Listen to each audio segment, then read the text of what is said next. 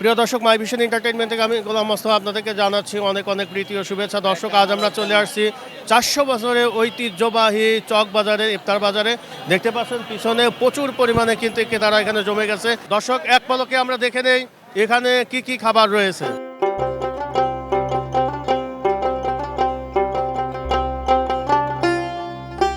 এখানে আপনি এক জায়গায় দাঁড়ায় আপনি 1 লক্ষ টাকা সদাই কিনতে পারবেন।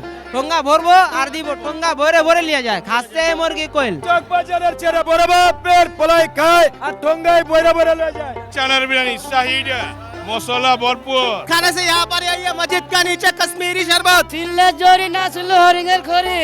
আহারে জামাই শ্বশুরের বিরিয়ানি, আসেন আসেন, মজাই মজা, সেরকম মজা।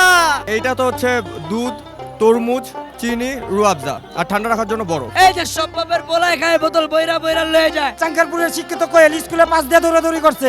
আসেন পপ পপ লালে পপ। বাপের বড় পোলা খায় বল বইরা বইরা লিয়া যায়। আমানিয়া শাহী হালিম আর আমানিয়া কাশ্মীরি গরুর হালিম। সবাই কি একটু আসবে আমানিয়াতে? আমানিয়া